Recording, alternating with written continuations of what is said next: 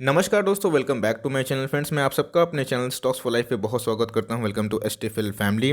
Dear family members, आज ICICI bank में एक भयंकर की तेज़ी देखने को मिली। इस तेज़ी के पीछे वजह क्या थी दोस्तों? इनके नतीजे आए थे, ये पहले आए थे, लेकिन दोस्तों आज उसमें विस्फोट देखने को मिला। आज बैंक निफ्टी ही 8% अप था, तो भाई आईसीआईसीआई बैंक आज 12% से भी ऊपर की तेज था। लेकिन दोस्तों एसटीएफएल का सुपर टॉपिक हमेशा से आईसीआईसीआई बैंक बना हुआ है। और दोस्तों ये मेरे प्लेलिस्ट है। बहुत लोग पूछते हैं कि सर आप बताते हैं स्टॉक, मुझे पता नहीं चलता। भाई मेरे टॉप पिक में जितने सारे स्टॉक्स हैं वो मेरे पोर्टफोलियो के स्टॉक है दोस्तों, आपको बोलता भी हूँ। क्लियर कट मैंने बोला था कि 30% कमाने का मौका है और आईसीआईसीआई बैंक जरूर ब्रेकआउट देगा, बिकॉज ये अभी तक रैली में पार्टिसिपेट नहीं हुआ। और दोस्तों आज तगड़ा ब्रेकआउट देखने को मिला, 600 के ऊपर सर्वाइव कर रहे हैं। अभी दोस्तों क्या करना चाहिए? बिकॉज क्या गाड़ी छूट गई, इसे से भाग नहीं सकता, भागेगा तो भाई कितना होगा। और एमओएस क्या है दोस्तों? Margin of safety. बिकॉज मैं आपको हमेशा बोलता हूँ, बैंक हो, एनबीएफसीज हो, एफएमसीजी हो या रिलायंस वाली कंपनी क्यों ना हो, बिना एमओएस का काम नहीं करना है। तो यस, एमओएस में एक लोचा दिखाई पड़ रहा है, एमओएस लेवल पे ये ट्रेड करता हुआ दिखाई नहीं पड़ रहा है। तो सही एमओएस लेवल क्या है और कितना भाग सकता है और किस न्यूज़ की वजह से आज इसमें विस्फोट हुआ है, चलिए दोस्तों उस न्यूज़ को डिस्कस कर लेते हैं। लेकिन उससे पहले आपको पता ही नहीं कि भाई मार्केट में रैली आई क्यों। तो सबसे पहले बजट में ऐसा क्या क्या प्रपोजल देखने को मिला, 5 बड़े न्यूज़ है दोस्तों, एकदम सरल शब्दों में हिंदी में मैंने बताया है, जाके जरूर देखें। Now without delaying any further time, let's begin. तो सबसे पहले दोस्तों को पता है कि वीकेंड्स में ही इनके नतीजे आए थे आईसीआईसीआई बैंक को। मैंने इसको कवर भी किया था, आपको बताया भी था कि भाई आईसीआईसीआई बैंक ये बहुत ही अच्छा बैंक है। और दोस्तों मुझे लगता है कि इसमें रैली बाकी है और इसके बहुत सारे मल्टीपल रीजन थे।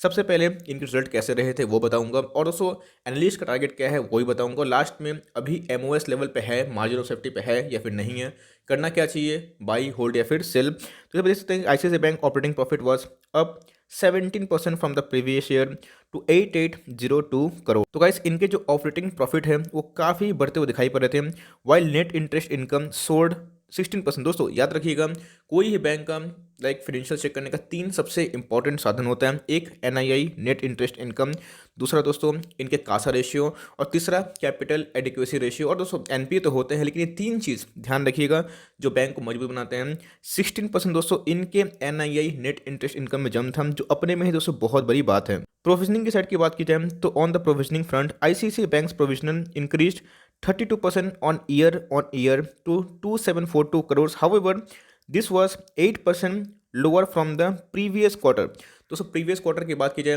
तो इन्हीं ने प्रोविजनिंग ज़्यादा कर दी थी और उसी के अंतर्गत हमें थोड़ा सा कम देखने को मिला। The bank has kept aside 3012 crore for the accounts that have not been declared as NPA owing to the Supreme Court order।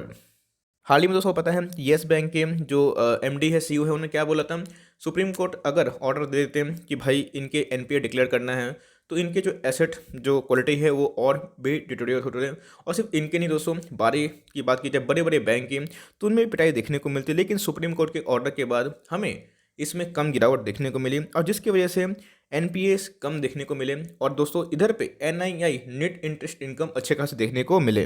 तो एनालिस्ट का क्या मानना है दोस्तों? तो सीएलएसए जो सीएलएसए का जो एनालिस्ट है, बड़े बड़े एनालिस्ट हैं, have increase their earnings 9 to 18% ever this physical year 2023 calendar year. Retail slippage spike was better than expected at corporate slippage of C1% of loan was a big positive surprise and highlights its improvement in the underwriting over the last 3 to 4 years, they said. Pro forma gross NPA increased 5.36% to 5.42%। तो overall अब देखिएगा तो NPA में बढ़ोतरी थी, लेकिन दोस्तों quarter on quarter में गिरावट थी। और यस, इसमें सुप्रीम कोर्ट के जो निर्देश थे वो ऐड नहीं थे, वरना एसेट क्वालिटी खराब होते हुए देखने को मिलती। लेकिन दोस्तों आज एक बैड बैंक के लेके भी एक न्यूज़ आई थी और जिसको मैंने कवर किया है। बैड बैंक क्या होता नहीं पता, मेरे प्रीवियस वीडियो को अगर जरूर देखिएगा, बहुत ही लर्निंग वाली वीडियो है। तो एनीवेज उसकी वजह से बैंकों का सेंटीमेंट ठीक हुआ।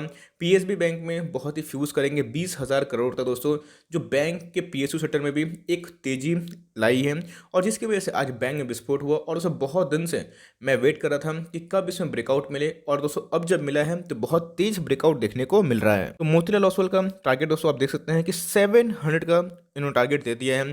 ऑफकोर्स दोस्तों ये बात मैं बहुत पहले से बोल रहा था। पहले बड़े बड़े ब्रोकर्स की बात की जाए तो 650 था। अभी बहुत ब्रोकर्स ने दोस्तों अपनी टारगेट को रिवाइज कर दिया है और आईसीआईसीआई बैंक को उन्होंने 700 का टारगेट दिया है। और दोस्तों मेरी मानी जाए, अगर आईसीआईसीआई बैंक को परख सकता हूँ तो अगर उस मार्केट स्टेबल रहा 2021 तक, जो फिजिकल ईयर है दोस्तों 21 और 22 की मैं बात बोल रहा हूँ, इधर पे अगर जीडीपी जैसे आईएमएफ ने प्रोजेक्शन किया है 11.5% रही दोस्तों, ये भूल जाइए। मुझे लगता है कि आईसीआईसीआई बैंक आपको 850 के भी ऊपर जाता हुआ देखने को मिल सकता है। और ऐसा क्यों दोस्तों? तो पहले मैं इनके वैल्यूएशन देखूंगा, उसके बाद पीयर से कंपेयर करूंगा कि भाई ये कैसे परफॉर्म कर रही है। तो आईसीआईसीआई बैंक का देख सकते हैं कि आज हमें 12% की तेजी दिखाई पड़ रही है। 268 दोस्तों ये स्टॉक आ चुका था, उसके बाद 609 आज इसके ऑल टाइम हाई देखने को मिल रहे हैं। मार्केट कैप अभी 4 लाख करोड़ से ऊपर हो चुकी है। इंडस्ट्री पी कितनी है दोस्तों? 34, और कितने पे अवेलेबल हो रही है? एकदम इंडस्ट्री पी के कद के समान है। और डिलीवरी दोस्तों ऑल टाइम हाई पे भी दबा के उठाई जाती हुई देखने को मिल रही है। यस, बैंक में प्रमोटर नहीं है तो कंसर्न वाली बात तो होती है दोस्तों, लेकिन कंसर्न नहीं करिएगा, बिकॉज निफ्टी के टॉप 10 की बात की जाए तो आईटीसी के भी प्रमोटर नहीं है, एचडीएफसी के भी प्रमोटर हमें देखने को नहीं मिलते हैं। 44% दोस्तों स्टेक किसके पास है? एफआईआईस के पास, और डीआईएस के पास भी अच्छा खासा स्टेक है। इधर पे दोस्तों एक बार देखिएगा, इंश्योरेंस कंपनी ने दबा के स्टेक ले रखा है। 14% का दोस्तों स्टेक इंश्योरेंस कंपनी ने अपने झोली पे भर रखा है। तो गाइस चलिए फटाफट अब एक बार देख लेते हैं कि इनके वैल्यूएशन कैसे है इनके पीयर से। मीन्स एक ही सेक्टर की बात की जाए, आपको पता है कि प्राइस टू अर्निंग क्या होता है? नहीं पता, बिगनर है तो मेरे प्लेलिस्ट में जाइए, फंडामेंटल एनालिसिस मैंने स्टार्ट कर दी है, जहाँ पे आपको प्राइस टू अर्निंग ये बताता है एक ही सेक्टर के बहुत सारे जो कंपनीज हैं उनके वैल्यूएशन कैसे हैं। तो आईसीआईसीआई बैंक का देख सकते हैं कि वैल्यूएशन दोस्तों कोटेक से और एक्सिस से काफ़ी कम है, लेकिन यस एचडीएफसी बैंक से काफ़ी महंगा है। लेकिन प्राइस टू बुक की बात की जाए तो दोस्तों अभी तक हमें एक्सिस बैंक से जस्ट थोड़ा सा ही ऊपर देखने को मिल रहा है। तो ओवरऑल अब देखेंगे तो वैल्यूएशन के अकॉर्डिंग उतना ज़्यादा रिच नहीं है, जहाँ पे अदर वैल्यूएशन की बात की जाए तो अदर बैंक्स कमांड कर रहे हैं जो वैल्यूएशन। तो गाइस देख सकते हैं कि लार्ज कैप कंपनी है, लो रिस्क है, 11 रुपये का स्टॉक था, ये भी तो मल्टीपैकर से कम नहीं है। जर्नी उतार चढ़ाव से भरी हुई है, जाती है गिरती है जाती है, मौका मिलता रहता है दोस्तों। लेकिन आप देख सकते हैं कि इधर पे अप ट्रेंड ही हमें देखने को मिलता है, अगर मैं कुछ सपोर्ट लाइन पे बना के दिखाऊं तो गाइस जितना भी अच्छा स्टॉक हो आपके पकड़ से निकल गया जाने दीजिए, दूर से दोस्तों टाटा बाय बाय करिए, कोई स्टॉक को चेस मत करिए, करते भी हैं तो अपना SLA काम करिए। देख सकते हैं कि बॉलिंजर बैंड के बाहर जा चुका है, आपको मैंने सिखाया है इन सब का टोटल दोस्तों सिखाया है कि बॉलिंजर बैंड RSI मैकडी क्या होता है। कोई भी स्टॉक भागता है तो उसको अपने बॉलिंजर बैंड के अंदर आना ही है। आज का जो कैंडल है मोरो बोसो दिखाई पड़ रहा है, जो कि बहुत ही स्ट्रॉन्ग कैंडल हमें माना जाता है। तो इस कैंडल को बनना दोस्तों तो फर्दर एक स्ट्रेंड को डेमोन्स्ट्रेट करता है। इधर की बात की जाए तो RSI 72 के लगभग है, जो दोस्तों स्ट्रीम स्ट्रांग हो चुका है, लेकिन हाईली ओवरबॉट नहीं हुआ है। मैकडी की बात की जाए तो एकदम दोस्तों बुलिश क्रॉसओवर जनरेट कर रहा है, इसका मतलब फर्दर हमें और भी 5-7% की तेजी देखने को मिल सकती है। लेकिन दोस्तों इधर पे देखिएगा, अगर 1 मंथ की चार्ट बताऊं तो बहुत लोग पूछते हैं कि सर आप कैसे बताते हैं, आप कैसे पकड़ते हैं कि ब्रेकआउट होने वाला है नहीं होने वाला है, आप MOS कैसे कैलकुलेट करते हैं? देखिए दोस्तों सेंटिमेंट और अपना साइकोलॉजी के साथ टेक्निकल बहुत ही इंपॉर्टेंट होता है। इधर पे जब अपने मीडियम पे ट्रेड कर रहा था, जब कोरोना वायरस का पैंडेमिक के बाद एक वैक्सीन का न्यूज़ आ गया था, इधर पे हमें एक पुलिस क्रॉसओवर दोस्तों जनरेट होते हुए देखने को मिला था। और इधर पे आप लेवल देखें तो इधर का भाव कितना था, आप रफली देखिएगा 450 के लगभग दिखाई दे रहा था। और दोस्तों उस लेवल से ही मैं आपको बोलते रह रहा हूँ, अगर आप चाहें तो आईसीआईसीआई बैंक में पोजीशन बना सकते हैं, ज़रूर दोस्तों कमाने का मौका हो सकता है। और आप रफली देखिएगा मोर और लेस उधर से आईसीआईसीआई बैंक 50% के लगभग हमें रिटर्न देखने को मिल रहा है। तो मंथली चार्ट की बात की जाए या फिर वीकली चार्ट की बात की जाए तो अपर बॉलिंजर बैंड पे टच कर रहे हैं। और दोस्तों मार्केट में जो एक रैली है, यस इसको जाने दीजिए, फ्रेश पोजीशन बनाना एकदम भी दोस्तों कमांडेबल एडवाइजेबल नहीं है। चाहे तो अपना प्रॉफिट को बुक कर सकते हैं। जी हाँ दोस्तों, मैं ऐसा क्यों बोल रहा हूँ, चाहे तो अपना प्रॉफिट को बुक कर सकते हैं। अगर आप शॉर्ट टर्मर हैं तो अपना प्रॉफिट को बचाना आपका काम है, लेकिन लॉन्ग टर्मर है 3 से 5 साल तक होल्ड कर सकते हैं, एकदम सही है मेरे हिसाब से। दोस्तों इधर पे हमें टाटा कंज्यूमर प्रोडक्ट्स का चार्ट देखने को मिल रहा है, जो 600 के ऊपर सर्वाइव करने के बाद सेम दोस्तों भारतीय एयरटेल 560 570। तो एक एंट्री की बात की जाए तो अगर आपको बैंक अच्छा लगता है तो ही निवेश करिएगा, बिकॉज यस अभी बैंक दोस्तों देखते थे महंगा हो गया। 570 अब इसकी एंट्री पॉइंट हो सकती है। इधर की बात की जाए तो अवॉइड कर सकते हैं।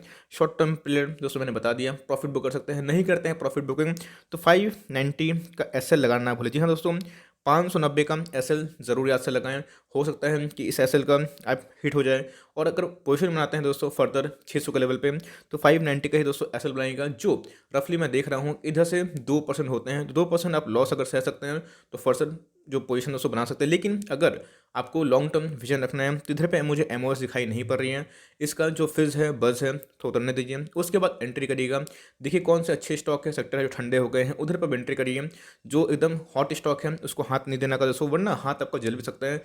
ये छोटी सी मेरी रिव्यू थी आईसीआईसी बैंक को लेकर। और अगर दोस्तों आपने मेरी वीडियो को देख के आईसीआईसी बैंक में पोजीशन बनाया तो do let me know on the comment section. Yes sir, मैंने आपका वीडियो देख के आईसीआईसी बैंक में पोजीशन बनाया। दोस्तों हमने तो 300 से लगभग होल्ड किया हुआ है और हमारे पैसे डबल हो गए, आपको दिखाया भी था। और इधर पे आप देख सकते हैं कि आपने भी दोस्तों में भी अच्छा खासा लाइक कमाया होगा। नहीं कमाया कोई दिक्कत नहीं दोस्तों, मेरे चैनल पे एक से एक स्टॉक का वीडियो आते रहता है जहाँ पे शॉर्ट टर्म कॉल भी होता है दोस्तों, लॉन्ग टर्म कॉल भी होता है। तो मेरे हिसाब से ये एक बहुत ही डिजर्विंग बैंक है। लेकिन इस बैंक में दोस्तों इस समय निवेश करना खतरों से खाली नहीं है, करते भी हम 590 का ऐसा लगाना ना भूलें। ये दोस्तों मेरा ऑनेस्ट रिव्यू था। ऑफकोर्स मेरे पोर्टफोलियो का स्टॉक है, मैं एक लॉन्ग टर्म निवेशक भी हूँ, मेरे कोर पोर्टफोलियो में दोस्तों ये स्टॉक है, तो मैं इसको बेचने वाला हूँ नहीं। ऑफकोर्स आप शॉर्ट टर्म के लिए हैं तो अपने प्रॉफिट को बुक कर सकते हैं। So for timing that's the end of the video and the short message. I hope दोस्तों ये मेरा एफर्ट आपको अच्छा लगा होगा। अच्छा लगा तो लाइक कर दिएगा और चैनल फर्स्ट टाइम तो याद से सब्सक्राइब भी कर देगा। फर्दर कोई डाउट है उसको ड्रॉप कर सकता हूँ, कुछ रिव्यू चाहिए उसका नाम भी ड्रॉप करिएगा। I would love to make a video on your demand. Guys मिलते हैं जल्दी, तब तक के लिए bye. Thanks for friends, God bless you all.